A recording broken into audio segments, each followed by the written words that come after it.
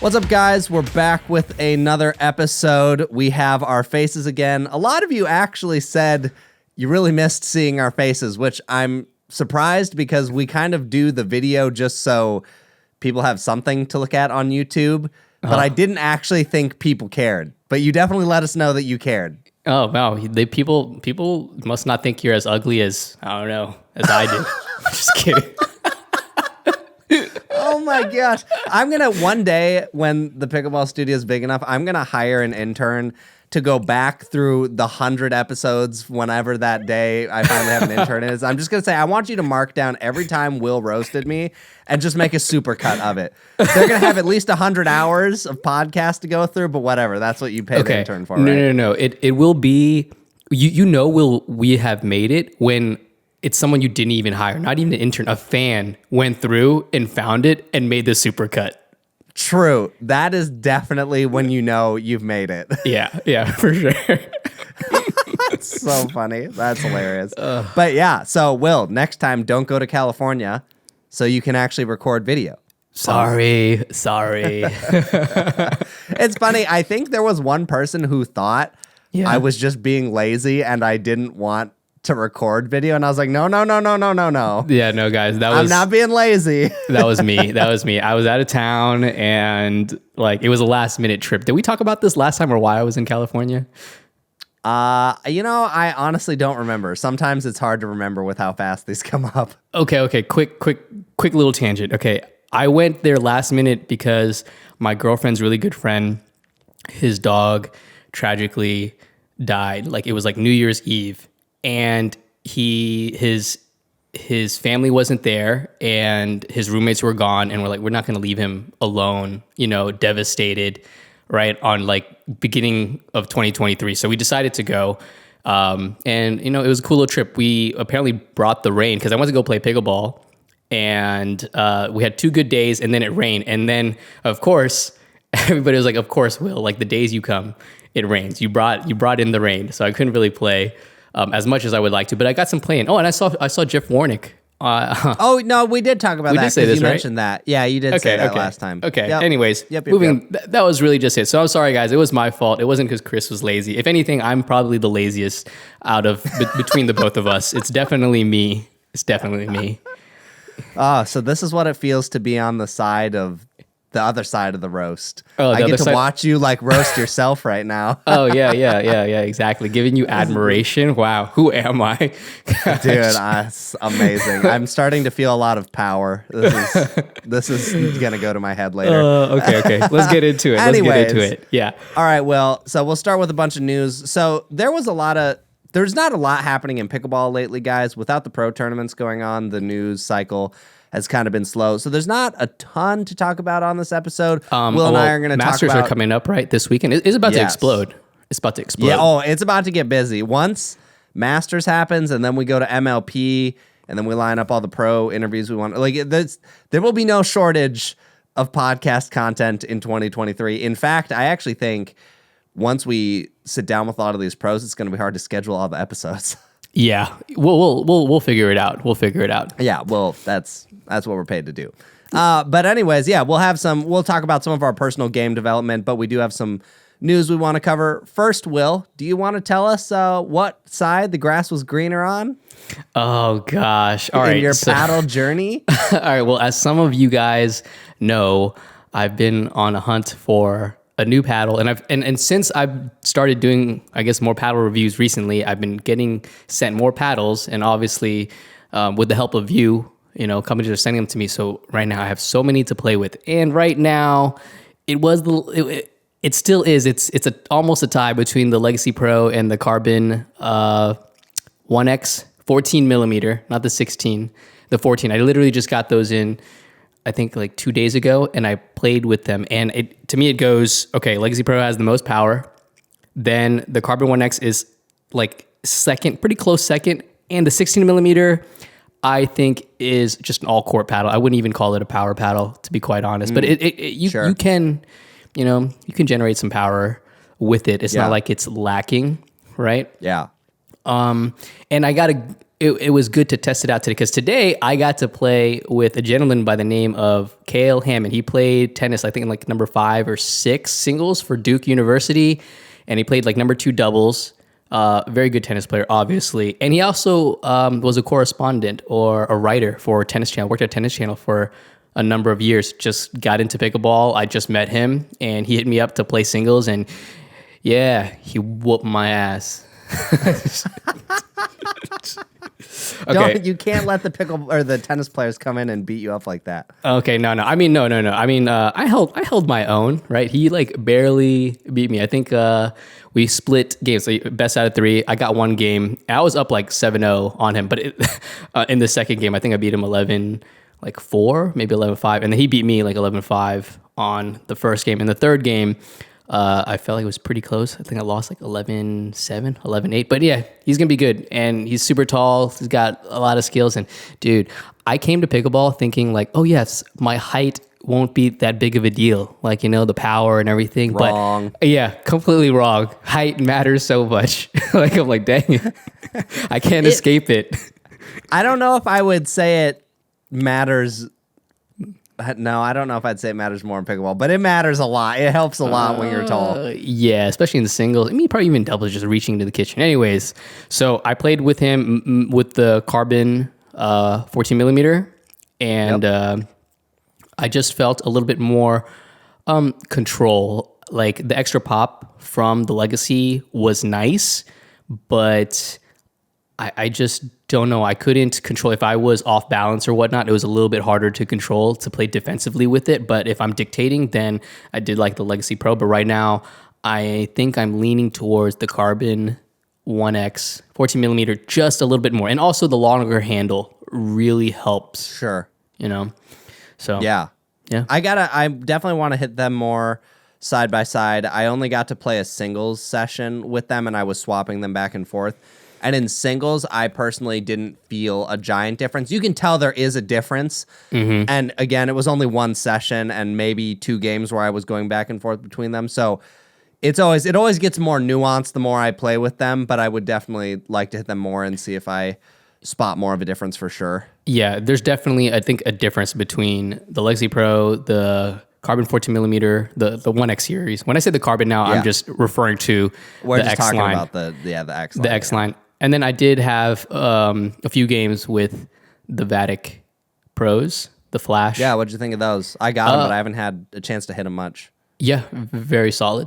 Like, very good. I mean, these paddles, it is like splitting hairs, really trying to differentiate between them, in my opinion. Welcome to my world, buddy. It's really hard. And then it's even harder to try and relay those in words, like in a video review. So I don't know, all you guys out there just like feeding for these reviews of these paddles, like in the comments and stuff, I'm gonna just tell you right now, it's tough to try and differentiate, and you're trying to be right, because I mean, you know, like all these things are preference because they're becoming so good, right? It becomes personal preference, and you're like, oh, this person doesn't know what he's talking about. This one has like less power, more power. I mean, you even said it yourself in your Black Ace review. Some people say it's really easy to control, and some people say no, it's not. Right? It's a very device. And that's the first review I've had that I think the audience was so split on. I do think generally people agree it's a power paddle, but you know, some people are like, oh, it's really easy to dink with, and other people are like, no way. It's sometimes it gets tricky, but you try your best to relay that information to the audience it relates the most to.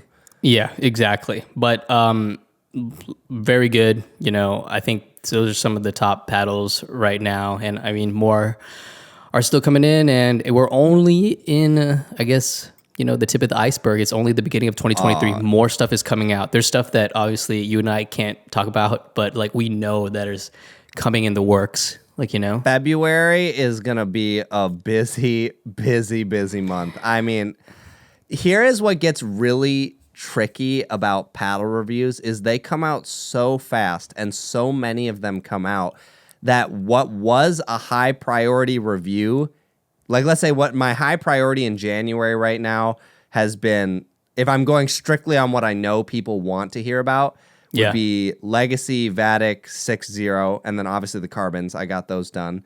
But February, I know those are going to roll around and people are going to be like, snap, snap, I want this review right now. Like, give me the goods. So it's like, I know.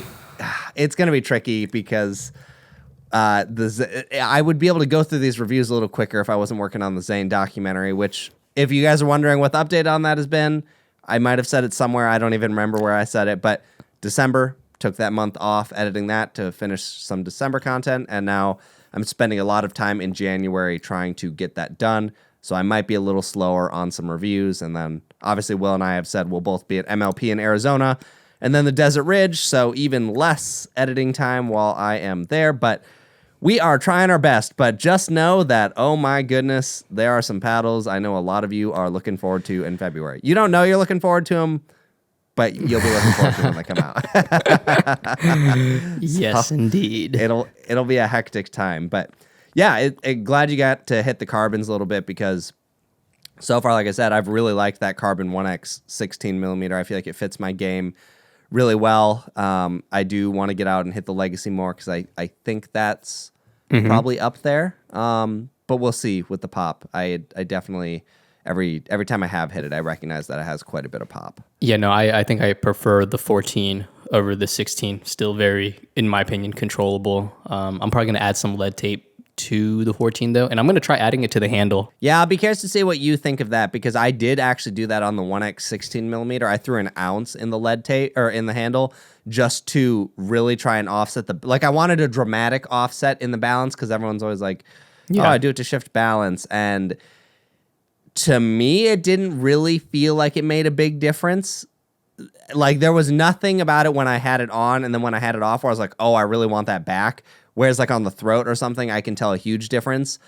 So you definitely let me know what you think of it in the handle, because I actually think that is one of the least, for pickleball, one of the least beneficial places you can place it. Not useless, but least beneficial overall. Okay, I'll definitely let you know. And the only reason I say that is because Kale, who I played with just recently, he got a Yola Swift. I think it's I think he got the 14 millimeter, and he put like maybe an ounce and a half in the handle, and I swung it, and I was like, oh, this feels really good. So I don't know. Yeah, I'm gonna test it out, and I'll let you know. I'll let you guys out in the audience. I'll let you guys know too. You know, actually, real quick, this will just give us another thing to talk about here. I guess I will prototype this on this podcast episode here. So I am working on a video about how to use lead tape. Hopefully be the most in-depth guide on lead tape for pickleball, because there's a couple things that are general advice people give about lead tape that I have found in my experience to not be correct, specifically lead in the handle. So someone in the comments, you can let me know if you think I am completely off base here. But in my research, and when I say research, I have literally spent hours researching this. I have looked at what people say in tennis. I have tried to find stuff in pickleball, but pickleball, it's a lot of like, there was a generation that said, hey, this is just how you do it. And then everyone has just followed that since and been like, yeah, it's kind of like the thing about weights. People say, oh, like you really want an 8-ounce paddle. And then everyone's like, it needs to be 8 ounces. If it's 7.9, I can't use it. Like, there are literally people who say that. And then, once I started doing swing weight stuff, I realized that's completely wrong. I could give you 2 8-ounce paddles that swing totally different. It's not the weight you care about. It's the swing weight, which is weight plus balance.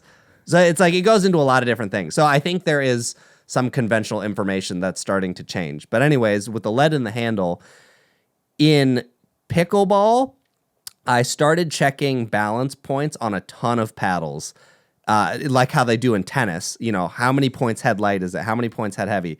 What I have found so far, checking maybe 30 paddles, there is no such thing as head light in pickleball. There is head heavy, and there is less head heavy. Like, if you use tennis's scale, no point of any paddle has achieved a head light balance. Even the lightest swing weight paddles I own, which is like a Gearbox CX14, they're very low, but they still don't hit head light point on like what tennis would.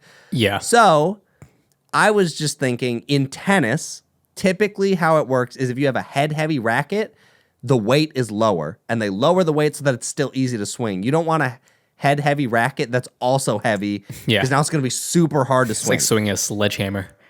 Exactly. Now, head light rackets in tennis are typically heavier to offset the fact that they are losing weight in the head, which means they'll be less stable. So they offset that by putting, more in the handle. So some people with head heavy rackets, they'll put the lead in the handle to balance it a little bit lower and then also just build up the weight without increasing the swing weight. They don't want it to be harder to swing. They just want more mass on the paddle or the racket. Yeah. So in pickleball, the 30 paddles I've tested, their balance points on elongated paddles are like almost identical across the board. There's a couple outliers, Carbon 1X, Hyperion, Engage, MX 6.0. Some of those were like on the more extreme sides, but generally speaking, the balance points were similar. And what that tells me is like, it's not like you get a head heavy pickleball paddle and it's not a heavy paddle or it is more of a heavy paddle. I don't think companies are even thinking about some of these things. Yeah. So putting lead in the handle doesn't okay, I've gone like in so many different directions here. I'll simplify a little bit. Sorry. I get excited when I get to start talking about what these a things. paddle nerd. I have written such a long script about this and been thinking about this for like 3 weeks. So, anyways, putting lead in the handle, everyone says, "Oh, it'll give you more whip. It'll make your hands faster." And I don't think that's correct at all. And you can tell me what you think, Will. Let's take the Hyperion as an example. People already view it as head heavy. It's hard to swing. Do you think if I add an ounce of lead at the very bottom of the handle to make the balance lower, that it will make the Hyperion easier to swing? In my opinion, the answer is no. And talking to some tennis people, their answer is also no, because it doesn't get easier to swing by adding more mass to the paddle. You now have the existing mass plus more. You might, I would agree with that statement for the most part. It might help with the swing speed, right? Like I don't know, it might slow down the swing speed. I don't know that, like, because some people talk about swing weight and then there's like the speed at which you can swing a paddle or a racket. But yeah, you're increasing the overall weight. So then the swing weight is going to increase and that makes it harder to swing. But the speed might be a little different. It might be more maneuverable, like just not without swinging, right? Just like moving it left and right or whatnot. I just wonder if it could be though, because you still have that same weight that was hard to swing. This is true, but now more in your hand. Yeah, but and I could be wrong, but like, go ahead.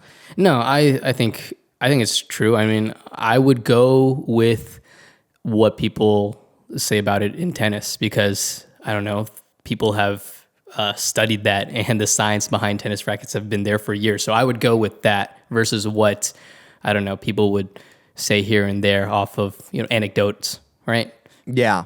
I'll definitely be doing more research, but I have scoured so many forums about lead in the handle of tennis rackets, and not once does anyone say, it made my already head-heavy tennis racket easier to swing. No one says that. Yeah. So we'll see. That is just a thing that I found interesting researching because it goes against the grain of what's been normal in pickleball. Okay. Well, I don't know. Yeah. I'm going to try it out. I'll let you know. I think I really just want the swing weight and overall mass just to be heavier without losing, I don't know, without putting it near like the head or even the sides, even the throat. I just want it there in the handle. So I'll let you know how it goes. Yeah, definitely let me know how it goes. Next thing I wanted to talk about, you and I have talked about this a little bit. I actually even recorded a video for one of these and just haven't edited or posted it. I'd probably re-record the whole thing by now because it's been well over a month. Really? Okay. Let's talk about why paddle lineup naming schemes suck. Oh gosh, yes. Don't get me started. Oh my god. I did a whole my whole radical review. I was just oh my gosh, going to town on the head lineup for pickleball paddles. Yeah. It's not great. So I tried to do a little bit of digging just to refresh my memory on companies that I specifically think have bad naming schemes. And the ones that came to my mind immediately were Yola, Gamma, Head, Engage. And then these aren't necessarily... Yeah, we'll talk about that one because I'll be curious to see what you think. I just think there's a couple things about it there's really only one nitpick about that. But then these ones aren't necessarily bad naming schemes. I just think it's redundant or a little silly. So, for example, the Legacy Pro, the company is Legacy, the paddle model is Pro. What do you name you just the call next it the Legacy. one? You call it or people just call it the Legacy. People just call it the Legacy. Or you'd call the next one the Semi-Pro or the Amateur. That's what I would do. The Amateur, the Semi-Pro, and the Pro. But then you also have ones like Pro Drive, and then they literally named the model of the paddle Drive. So it'd be like, this paddle is the Pro Drive. Like, it just seems redundant. And there are a lot of companies that do this, and I think some of the naming schemes could be better, but those ones are super nitpicking. With we're going to use Yola, at least I'm going to use Yola as the primary example. Yola, in my opinion, they've got either the worst or top 3 worst naming schemes of paddles in the industry. Or maybe it's not even schemes, they just have a confusing lineup, period. Yes. I was gonna, it's funny, when I did my Hyperion 14mm review, I was going to really go in, but the script was just so long. I was like, okay, it needs to be a separate video. And for those of you who don't know, you didn't even know this until I told you, but for the most part, the logo color, right? If it's yellow, it's 14mm. If it's blue, it's 16mm. But there is a few that doesn't line up, like the Hyperion CAS line, like that blue, that like bright blue one, and the pink one. I think the blue one is 16mm, but they still have a yellow logo on it. And I'm like, why didn't you just keep it consistent? And you might not know this too, but they have a purple logo too, and that's for I think 12 or 11mm. They have like one paddle. Interesting. That's Interesting. purple. Those are some of the cheaper ones, so I haven't looked at those ones as much. Yes, and then I think I've also noticed that the Vision also has a different shade of blue for whatever reason. Maybe just it seems like a more turquoise or like a lighter blue. I mean, it could just be just the paint job and it's a one-off. Sure. Sure. But that is annoying. And then the name, like, so you hear Hyperion, you hear Solaire, Radius, etc. Those are supposed to pertain to the shape, right? But then you have the Vision, and the Vision is the same shape as the Hyperion, and I'm just like, I don't know. It's technically not, but I'm gonna say it is, because if you hold them up, virtually identical. I've asked about this, and they say there is I think it's at the neck where it tapers slightly differently, but it's so small that anyone who just picks up the paddle, I don't think you're even gonna notice it. Okay, yeah, because I don't notice it. I mean, I haven't put it side by side, but.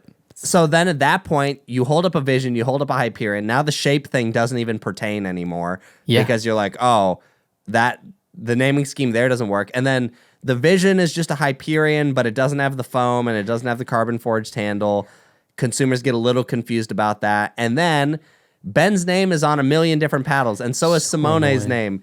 And then the only difference is between Simone and Ben's is grip circumference. So that's like... It is? I thought it was just the color of the logo that's on the sticker, on the face of the paddle. No, the grip circumference is a little smaller for Simone's paddle. Oh, okay. Well, now if I ever get another Yola, I'm going for Simone's. I think it looks better anyways. So yeah, it's small differences like that. Now you've got like 4... I can't remember. I did check. There's like 8 different paddles with Ben's name on it. If you they got to pay Ben, they got to pay Ben. They've got the CAS models, which I don't know. Ben's never going to use those things, so why put his name on it? It's, at that carbon point, it's just abrasion surface. Yeah, I've not seen that many of those in the wild. And then it got even worse when Ben started playing with the Vision. People started noticing. And I imagine Yola was like, okay, well, we don't want you to be using a paddle that doesn't have your name on it, because that's a little weird not to use your signature paddle. So they came out with the Vision. Oh, geez, I'm blanking a little bit here. It's Ben's. It's like it's a Hyperion CGS. Yeah, CGS. Is it? It's a CGS. I just couldn't remember if Hyperion was the fixation they used. No, Hyperion was the fixation. It's called the Hyperion CGS. Yeah, that Hyperion CGS Ben Johns. I could be slightly wrong there, but whatever. Anyways, basically it's literally a Vision with Ben's name on it for $30 more. So if you want to spend $30 more to have Ben's name on it, I'm like, you just confuse your consumer so much. They're like, oh, is Ben's CGS different from a Vision CGS? You have CFS, CAS. There's one other one that I can't remember the acronym for. But like, anyways, if you're just like not deep in pickleball paddles, Eola's lineup is so confusing. I know. And we like look at paddles like all the time. And if it confuses us, I couldn't imagine what it's like for the consumer, like or the regular consumer. Like, what do I pick? Yeah, exactly. Yes, and, you know, like we said, super annoying. Heads lineup is confusing. Gammas is just annoying to me. 406, 206, 505. I believe like 206 was like the area code for like where Riley lived. But yeah, I don't know. Right. Their paddle lineup is kind of annoying and confusing to me. And then engages. So I'll get to that real quick so we can move on. Yeah. Theirs is mostly fine, but I hate their 6-0 non-6-0 naming scheme for the thickness. Why 6-0? I don't know, to be quite honest with you. I don't know either. And it's so weird to me. I hate when I'm talking to someone, I'm like, is it the 6-0 or the non-6-0? I'm like, why can't you just say 16 millimeter or 13 millimeter? Just put that in the name. Huh. It's just as easy to say as 6-0 or non-6-0, in my opinion. I'll have to ask I'll have to ask Josh about that because I never really thought about MX. What is that? That's the extended handle, but what does MX mean? No. EX is elongated for extended. MX. Yeah. I don't know why they chose MX. See, this is what I mean. I'm like, it just, to me, what could it be? It's a little confusing. I don't know. I'm sure they have an explanation for it. I'm sure I just haven't seen it, but I just, every time I see that 6-0 non-6-0 thing, I'm like, why? It just say the thickness. It's not that hard. I also think when they talk about their core thickness, I can't remember. They talk about it in like inches, that it's like half inch thick or whatever. I'm like, just use millimeter. That's what everyone uses in pickleball. Well, no, maybe that's what the 6.0 is. It like 0.6 of an inch? Maybe. I don't know. I guess I'll have to go look at the website. Okay, that's probably a good guess, though. Real quick, do you think it's funny that when we talk about pickleball paddle specs, like when we talk about the width and the length, et cetera, we talk about it in inches, but as soon as we talk about the core thickness, it goes to millimeters. That's just Americans right there. We just don't know what we want. Okay, all right. We're just going to mix and match every system out there. Okay, I didn't know It is funny to think about, though. It is funny to think about. Okay. One last funny thing. The Legacy Pro, seen the logo? It's the Lincoln Park logo. Yeah, I don't really understand why. Well, I told the owner of Legacy Pro, and they said no, they handled that, and apparently they released that trademark. It wasn't trademarked or whatever, and they released it. And he said he changed it up like a little bit, but somebody pointed it out in the comments of my latest review, and then I was like, oh my gosh, they're right, it is. And I don't know, that was funny. Yeah, pretty I find funny. That a little odd, but I don't know. Hey, I guess if it works, do what works, man. Yeah. Anyways, well, one other quick thing. We'll just breeze through this because by the time this comes out, people will have seen it quite a bit. Catherine switched away from Paddle Tech to Selkirk. As far as I'm aware, Catherine was signed with Selkirk Paddle Tech for most of her pickleball career. She might have been with one other company that I'm not aware of. It was before my time. But she's now over to Selkirk. And honestly, Will, it's going to start being easier to name. Yeah, it was because of us, right? Because she heard us about Paddlegate on our pod, so she's like, "Oh, gotta switch to somebody else." Oh gosh. Well, I mean, at least now she'll finally have a good pickleball paddle. She'll have plenty of options. That's wait. For sure. What are you saying? Oh, you're saying the Rain Pro is not a good pickleball paddle? Well, if you can seriously look me in the eyes and tell me you think the Rain Pro is competitive with everything else on the market right now, you're out of your mind. It's competitive.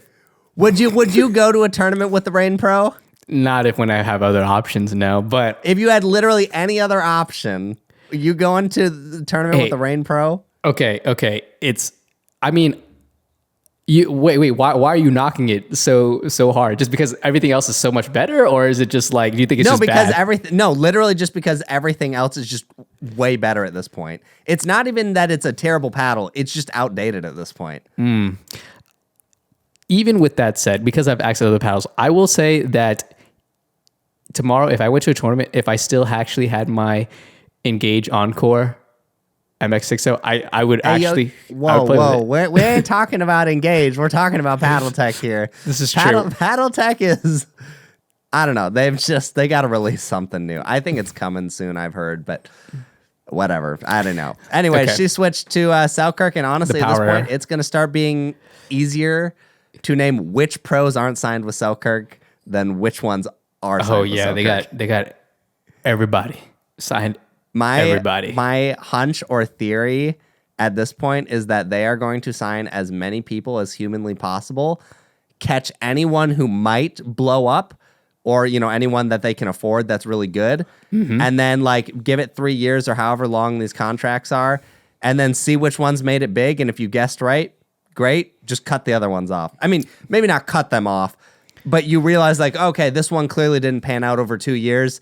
We lost on that one, but we won on these other 3 over here. So keep those ones. Yeah. If James is the next Tyson or Ben or whatever, that's a big win. But, some of the other ones is well, I don't know, maybe. Wait, let's put some money there, diversify a little bit. That's right. Cast a wide net. I like it. Yep, exactly. Cast a wide net. Well, Will, do you want to talk about our game a little bit? Yes, our game. Well, you mean our game development? Yeah, our game development. Let's. Okay. I guess I'll go first because I know you didn't get to write much down. I'm sure you already have things to say, but I've got a few things, and then we can kind of just riff back and forth.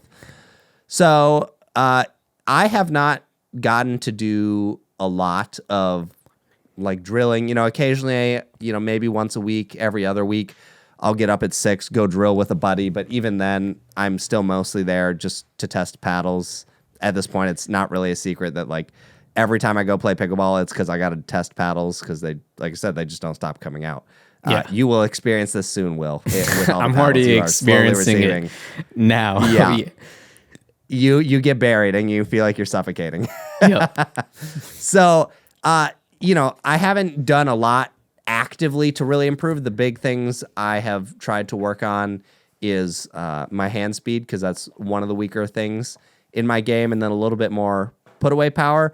But even with only playing games, I still see my game steadily improving. I've actually started having more of the 4-5 and 5-0 groups invite me to play with them, which the first few times I was shocked. I actually kept saying, I was I am not this level. I don't know if you just think I am through other people, but I'm not this level. And then we played. It was fine. I could tell I was weaker than them, but I could play, and everyone was still having a fine time. But yeah, you held your own. I mean, I know you're only 3-5 at best, but I'd be shocked because we've essentially been training, whether you know it or not. We've played against some of these pros, all these pros versus Joes that we've been doing. There's no way, you shouldn't be able to keep up. I'd have to just, kick you out on this podcast if, you weren't able to keep up with your local 4-5s, 5-0s. You know what I'm saying? The 5-0s are definitely a stretch. If I played some 2 serious 5-0s, I will get beat. If you paired me with another person, just a clone of me, definitely get beat. 4-5s, I feel pretty comfortable hanging with most 4-5s these days. I'm not scared when I get on a court with a 4-5 and I'm oh man, it's a 4-5. It's just kind of okay, you might edge me out in a few things, but I feel like I can hang. I feel like I'm closer to 4-5 now than I was, or than I am 4-0. So that's kind of, it feels good to get invited into those groups, though I will say a few times I've wondered, I'm okay, do you want me here for the pickleball? No, or do you want me here? The clout. They want the clout. Not clout, oh my gosh, Chris is here. I definitely don't think anyone is thinking that. But people bowing down to you as you enter the court. Oh my gosh, no, it's Chris. No, people in my local groups love to make fun of me any chance they get. But sometimes I'm okay, is it because I don't know how to phrase this properly, but it's a little bit because of the YouTube stuff and then having access to a lot of paddles, and you kind of want to hang out and talk about stuff. Because, obviously I love hanging out with all these people. But then I'm let's just say it was strictly pickleball. Would you still want to invite me if I was just an average person and this was my pickleball level? My answer is I still don't know. but I'll pretend like it's my skill at least a little bit. No, it's always a combination. You're not gonna like invite somebody. First of all, they need to be able to hang, but also they have to be enjoyable to play with. And I would say you're pretty enjoyable to play with. If anything, you're a confidence boost for people because people are just wailing. It's like, oh man, I'm so good at this game. You're a funny guy, Will. You're a funny guy. What gonna say? But I do think, there probably is a little bit of that too, where I can tell even if I can't keep up in certain ways, I will at the very least be enjoyable to be around. I try to be a pleasant person when people are around me. Okay, yes. Hey now. You can't take that one away from me. No, I can't. That's why we're friends. But yeah, so because of that, I think I talked to you a little bit about me, and your buddy pushed me over the edge too. But I'm going to play 4 or 5 singles at the Desert Ridge PPA and 4 or 5 doubles, and then I'm probably I'm already signed up for 4 or 5 singles for the Minnesota PPA, and then probably going to switch to 4 or 5 with Patrick as well. Even though we haven't won 4-0 gold yet, I just feel like we're getting to that point where the longer we're in 4-0, it's like, well, I don't know. It doesn't feel quite right. So we're going to try it out. Who knows? Maybe I'll get my butt kicked. But it's been fun to see the skill go up just through playing games. Yeah, no, I'm in the same kind of boat.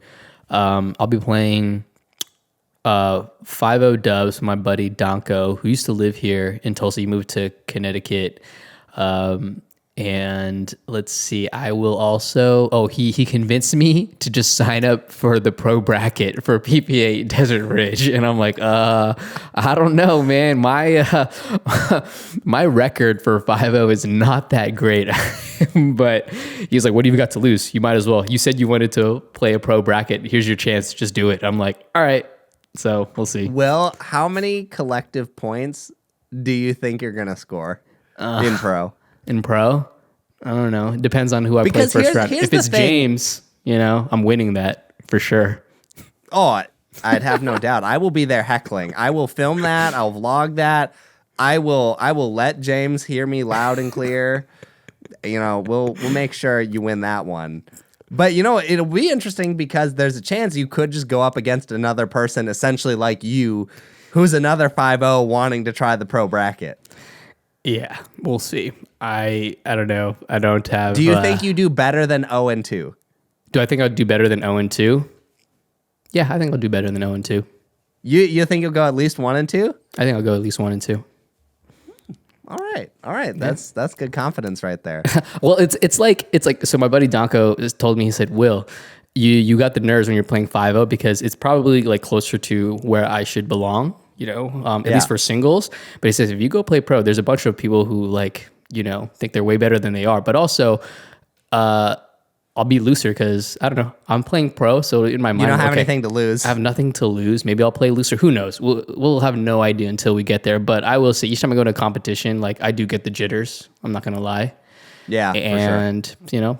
In the tournament pressure, it affects how you play. But regardless, I think it'll be fun. Really, I just want to try it out, and just to say that I tried playing the pro bracket. I definitely don't think I belong there for sure. I don't I don't train. I don't have the reach and some of the skill sets that some of these higher level guys have. But I don't know. Maybe I'll surprise people. Any notable pro in your first match? We'll mention it on every podcast. Okay, all right. We'll make sure that pro regrets losing that match. I doubt it's gonna happen, but yeah. We'll see. Yeah, I'm looking forward to competing in that one. It will be a little interesting doing 4-5 with someone I've not regularly played with. But we'll have the week leading up to figure some of that out, figure out which sides we want to play, how we play together. Justin will be staying. He'll be coming. Well, I know he said he's coming to Arizona. He might be staying for. I can't remember if he said he's staying for MLP and then going to Arizona, or if he's staying in for PPA and then staying the following weekend for another tournament that's also in Arizona. I can't remember what he said. Yeah, there's another Arizona tournament after that, I think. Or it's 2 weeks after. I think it might be 2 weeks after. Okay. We'll get some games in. No biggie. Yeah. It'll be a fun time. I'm looking forward to kind of seeing how that goes. Yeah. And who knows? Maybe I'm waiting for the day where it becomes almost a regular occurrence where every time I play in a bracket, it's someone who knows my videos or something, I feel like those will be kind of funny. Yeah, no, I don't know. heck yeah. Maybe I'll loosen up a little bit. Yeah, I think when you loosen up, you just start playing better. But yeah, like you, I haven't really been able to, I guess, really train or drill or do anything like that. But after playing a lot of games, I have noticed a few things about my game for singles and for dubs, and we can kind of talk a little bit more about strategy right here. For singles, I've noticed that I'm just focusing on the quality of the shot. Sometimes I'm going for just like the winners, but I really don't need to. I just need to go and hit them hit them low and make them hit the next shot. And I've now go cross court. Maybe I shouldn't say this on the pod. If somebody's listening and they see me in the bracket, they'll just know. But for the most part, I'm going cross court more, as you should. You really should, because I've noticed that I like to be deceptive, but it's a lot easier to go cross court and then fake down the line than it is to go down the line and then at the last minute change to go cross court, in my opinion, because your wrist is kind of cocked in a certain way. And when you go down the line, because your wrist is cocked in a certain way, you have to really flick it to go cross court. Yeah. Whereas if you're going cross court, you just kind of open up your paddle face a little bit, and then you can hit down the line. So that's something I've been doing a little bit more. And I am now, I do this thing now. I actually wear a rubber band on my my wrist, and it's to remind me to not always do top spin cross court dinks, because I get in the habit of doing that, and then it's like ATP City for whoever. Sure. So what? Dinking. Every time you give them an ATP, do you snap the rubber band on your wrist? I snap the rubber band, and I snap it before I play, and it's just to remind me each time I'm looking, because it's somewhat, it's like, it's not uncomfortable, but I know that it's there. I normally don't wear a watch or anything when I'm playing, so to see it and to know that it's there, it just reminds me to stop doing that. And you know what I'm gonna do in Arizona? What? I'm going to go buy a squirt gun and just carry it in my pocket. And every time you feed me an ATP, I'm going to squirt you like a dog. Okay, that's only if you make the ATP, which is probably never. I know it doesn't matter if I make the ATP. You gave me the opportunity. Someone better than me would have hit it. So you got to be noted that you gave it to them. Okay, fair enough. On that note, one thing that I actually have gotten a lot better at in probably the last 2 weeks is Ernie's. And literally the only thing that changed is I just actively tried to hit them more. I would push my limit on what I thought I could jump for. Yeah. And even just I think being aware when the ball was potentially going to do that, or even just setting it up myself. Two of my things I really like to do right now are, one, on if I'm returning the serve, I will hit it down the line, especially if I'm on the left side. I'll hit it down the line, trying to go off the court as much as I can, hitting a down the line shot. And at least at my level, there are a lot of people who will hit that ball straight back to me, and I can just smack an Ernie right down the line. Yeah, no, this is actually true. Most of the times, I feel that wherever you hit the ball, it's most likely, I feel like maybe 6-7 times out of 10, it's going to come back the way that it came, because it's hard to redirect the ball. It takes a certain amount of skill, to redirect the ball well and to hit it back with pace. So I think at the 4.0 levels and 4.5, I definitely at the 3.5, I don't know, maybe 3.5 levels, I'm not sure, because they're not as, the balls aren't as controlled. But I feel like at the 4.0 and even at the 4.5 levels, for the most part, the balls just come back at you, the direction that it came, because that's the easiest thing to do. That's the easiest thing to do. And it's the same for tennis as well. Yep. And then same thing with dinks too. I try, when I get, a little bit more of a dead dink, I'm not trying to do anything crazy, but I just try and push it far enough to where it makes them back off the kitchen line, and it would be an uncomfortable shot to go cross court, and also a good amount of the time, very predictable that I'll hit an Ernie. Even just before this episode I played tonight, and I hit a ton of. I actually felt bad for one guy. I body bagged this guy with my Ernies so many times. Oh, really? I could not stop hitting him. I wasn't even trying to. It's just I don't know. That's just where the ball went. So it was pretty funny. But no, you felt good about that. I don't know. I think give it a shot in your games. If you're not someone who Ernies often, just literally look for it more. And then sometimes you're the people you play against, they just kind of get in patterns. You can kind of tell when they want to dink it up the line, and you can, maybe get ahead of it a little bit. I will say I'm becoming a little bit more known for this now in like some of the smaller pockets I've done this against, and some people will absolutely not hit a dink straight ahead to save their life. They will go so far out of their way to hit it cross court because they don't want to see the Ernie. Yeah, because they don't want to see the Ernie because, it sucks.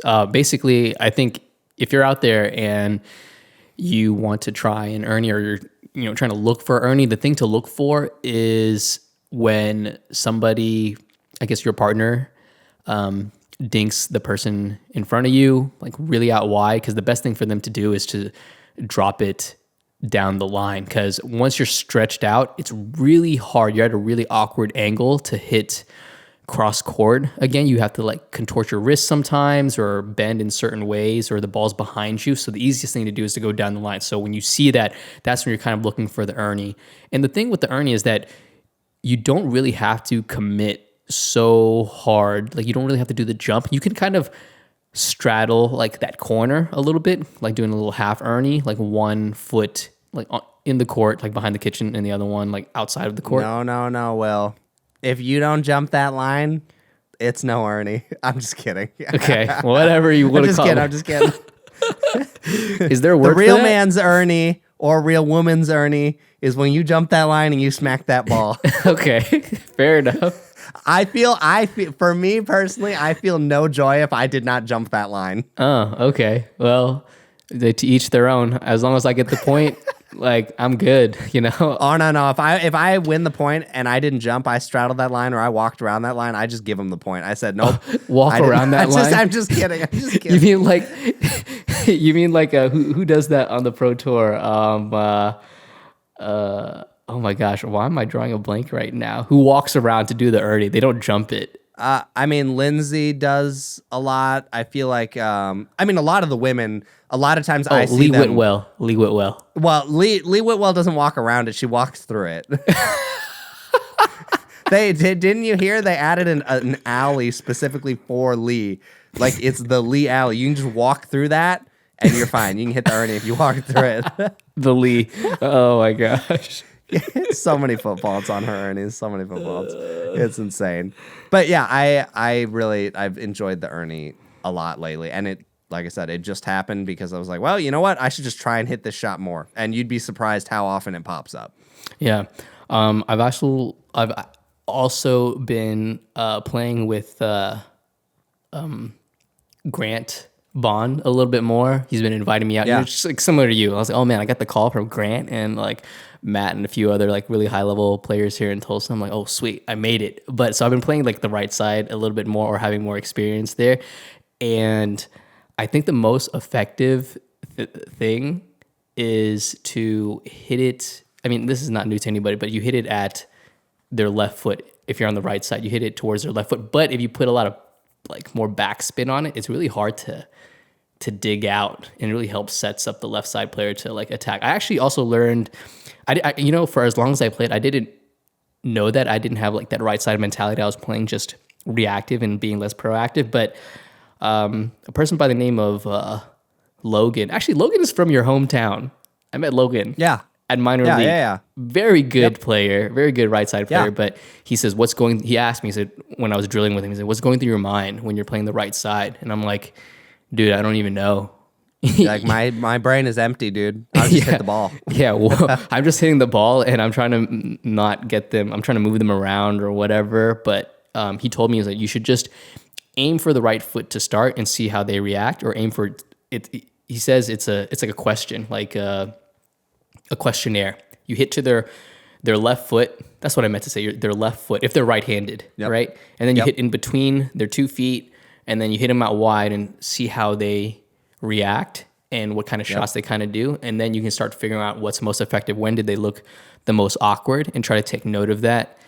And then, also have your partner also look, which I didn't think about. But like if you and your partner are talking, right, your partner can be like, hey, do this, and see what they do. And your partner can kind of see patterns or see habits. And then you guys can kind of capitalize. And I was like, oh, okay. So there you go. Yeah, and definitely figure that out, because there was one match I played in a tournament looking back, it was obvious to me. In the match, I didn't pick up on it quick enough, but they kept setting up the same pattern over and over and over.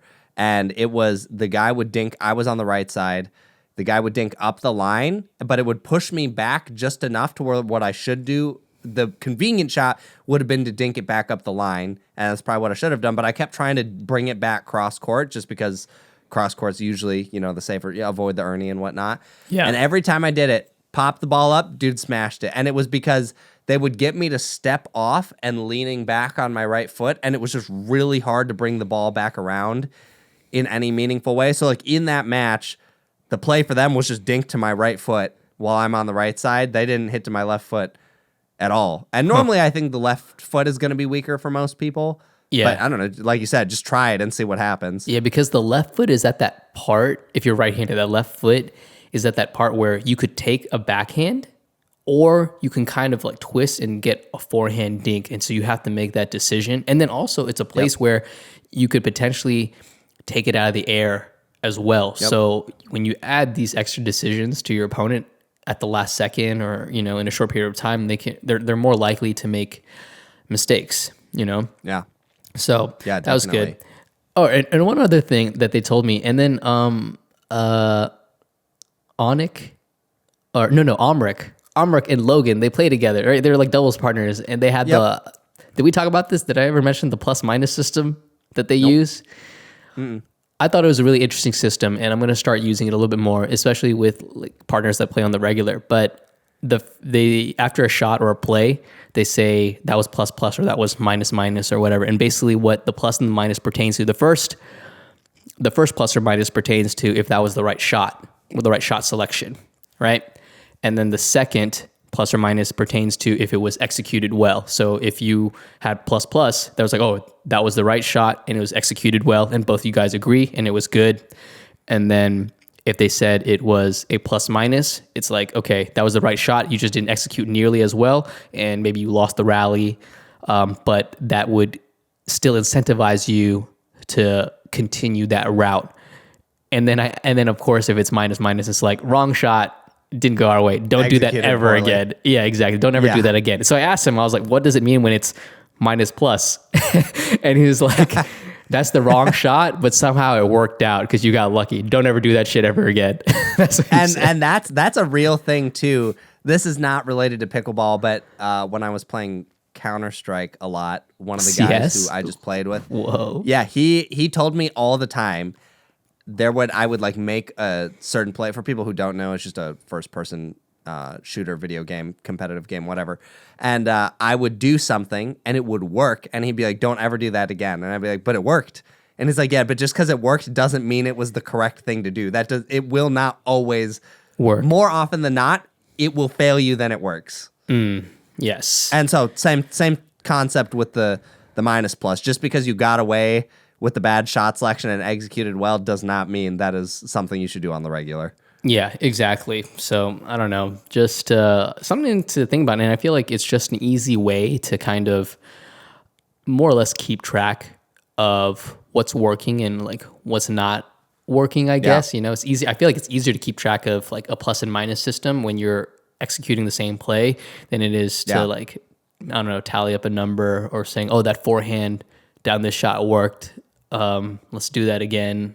I don't know. Like, it's easier to tally up in my head, and it helps me remember the plays that worked and didn't work. Yeah, So, I need to do it more. I think it would be good just to have, because that's honestly one thing I would love to get better at. I've always been bad at anything like Counter-Strike. I was bad at it too, but analyzing, okay, what are they doing and what am I doing that's making them uncomfortable? And I really want to get better at that in pickleball. Like, for example, the thing I was telling you in that last match, took me forever to realize the pattern they kept setting up, and by the time I realized it, it was too late. And it's like, well, okay, if you realized that in the middle of the game, you could have made different adjustments.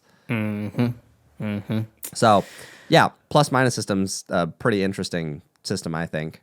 yeah, I'm curious to see like what else is going on in the, I don't know, pro circuit or even like high level play. I feel like the game is changing because first of all, these paddles are getting crazy. Like just the amount of spin and the shots that you can kind of do now. And also, I feel like now with some of these paddles, you can play with a semi-Western, like almost a semi-Western grip.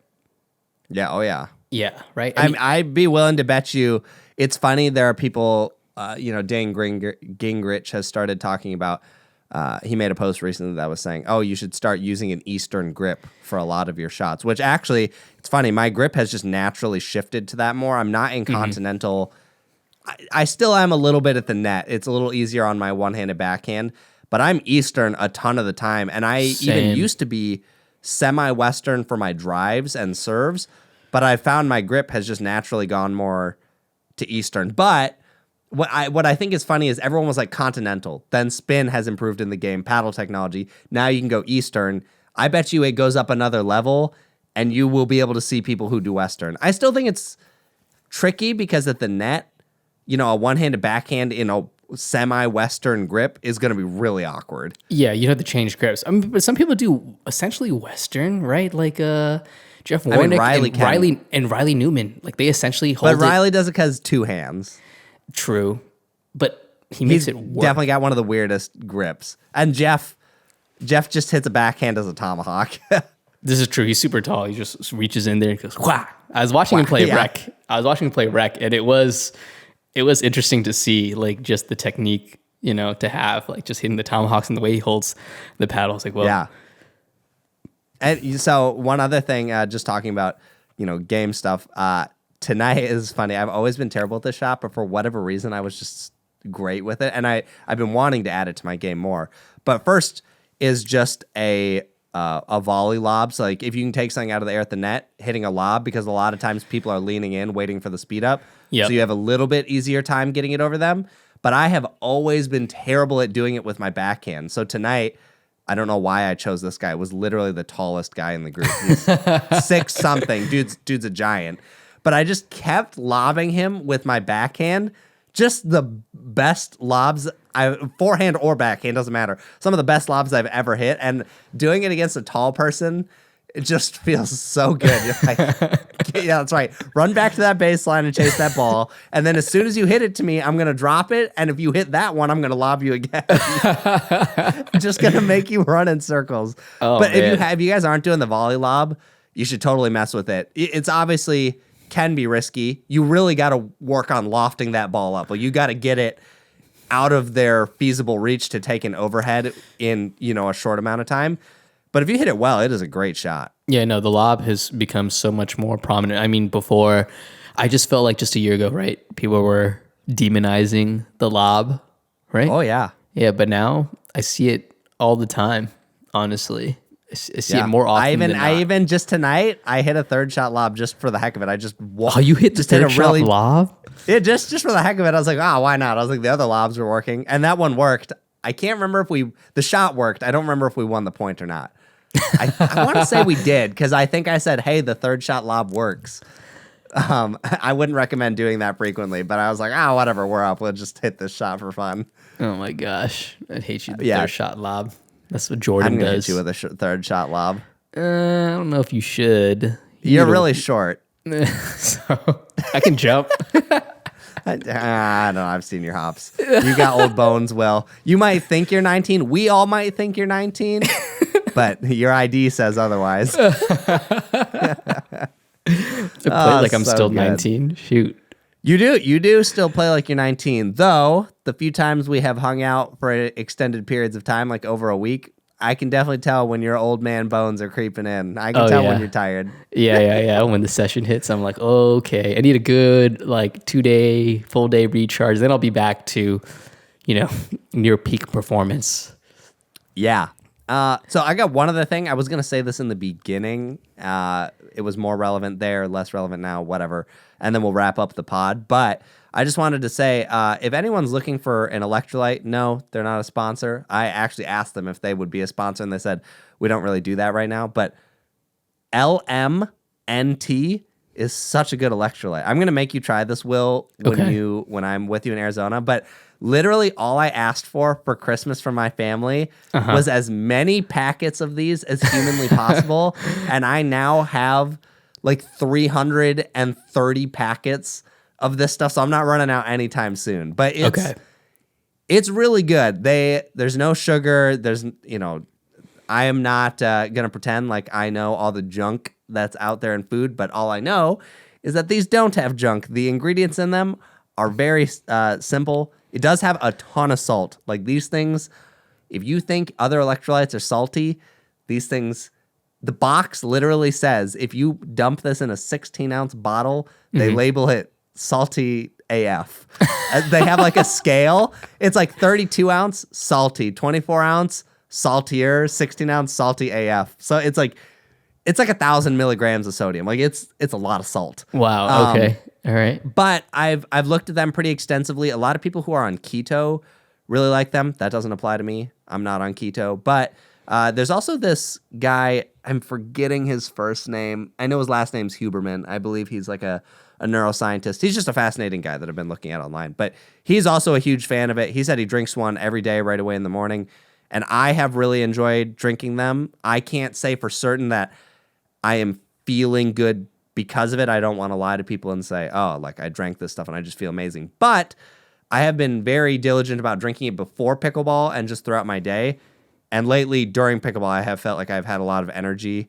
And I haven't been that sore lately, actually. I haven't even really used my Air Relax much. So all that to say, if you're looking for an electrolyte, check it out. They are a little bit on the spendier side, but I can't recommend them enough. I really like their flavors. I think they taste great. Watermelon, raspberry, and citrus salt are all really good. So all right, bring me the they watermelon. got some good flavors. They do have some weird ones too, though. I will say they have a hot chocolate one, which I tried. Thought that was terrible. Chocolate. It was not good. And I was an idiot and made it in a 16-ounce bottle. Huge mistake. Oh, gosh, that was absolutely horrible. They have another weird one. I'm going to try this later. Maybe I'll do it with... Dude, no. Maybe I'll wait till we're together. I'm going to put this in our project list. But they have like a habanero one. No way. Why? We should drink it together in a 16-ounce bottle and see what our reaction is. Okay. All right. I guess I'm down. I like spicy stuff, I guess. I don't know that I like a spicy drink with salt, but I don't know. They've got a couple weird flavors, but the other ones are great. Okay. I'm in. So, yeah, no, it'll be fun. But yeah, I don't know. You got anything else, Will? The only other thing that I kind of have, I think you had it on the list, but I should have said it earlier in the pod, but start playing with some of the EVA foam paddles. They're a lot of fun. Oh, so you're a cheater, huh? I'm just kidding. I mean, Just kidding. some people might say so, but I played with the Vice. I played with the EV1 from Ronbus, and I think that technology is going to come into pickleball in some way, shape, or form soon. I think it potentially solves some problems in the pickleball community. First of all, noise, right? Right? Yeah. That's really just I should take a in the decibel community. meter to one of them and see how much quieter it actually is. Yeah, because it's so much quieter. And then also, I think it would definitely help with longevity of these paddles and wouldn't contribute to, like, I guess, waste, Because if you think about all the waste that pickleball is producing with the balls being thrown away, right? They're not recyclable, obviously not biodegradable. Paddles, the same thing, right? So if you're able to incorporate foam somehow and like not make it so crazy or quote unquote illegal, that would increase the longevity. I mean, it would change the game a bit because once you put those EVA foam paddles in somebody who like knows how to wield them, I feel like probably a really strong 4.5, like 5.0 plus, it's a problem. I mean, James told me with the Vice, he was like, Chris, that paddle might even make you a 5.0. He was like, if there was going to be a paddle to do it, it's this one. Oh my God. But it's an interesting thing. So I don't know how much you've heard about this. I guess we'll talk a little bit about this before we wrap up. Mm-hmm. There have been articles that talk about racquetball and how racquetball was similar to pickleball, where it had tremendous growth. Right. People loved it. It was like one of the hottest sports. People couldn't see it going down. And then obviously now we've seen racquetball decline significantly. And everyone that I have seen talk about it, one of the main things they talk about was equipment changed so fast and made the shots faster, harder, everything. And it basically just took the level. The barrier to get in was so much higher because the equipment made things so much faster. I wonder if EVA foam a little bit could be that for pickleball. But we're already seeing spin get pretty crazy where 2 years ago it wasn't. Now EVA foam, I'm seeing rec players. I told you about this a little bit ago. There was a guy who said, I played someone who had a vice today. I didn't even know it was an illegal paddle when I played him, but that ball was so fast, and basically the guy just kept trying to hit us, and we couldn't get out of the way. And then, later he found out it was illegal, wrote a Facebook post about it, was a little upset. I just wonder if that's like kind of the first sign, because there are a lot of people I've even seen on Facebook say, I don't want to play against it because I don't feel safe when I'm playing against it. Yeah, no, that's a thing too. It's not safe. That's why I don't think it should be legalized, at least just yet, because then it might run rampant. And yeah, I think if we, in a world where EVA foam paddles were legal in the state that they're in now, if I was playing at like a high level, I feel like safety goggles are a must. Like just I mean, the ball's so fast. It's so fast, and if you're in a hand exchange, it's just you have to have it. Like people will get hurt. Like real talk, you may not see it. If you're just like in your normal like rec play, but if high level people like start playing with it and they're not careful, they don't know how to use it, and also not to mention like the mishits that you could potentially do for somebody who doesn't have good control.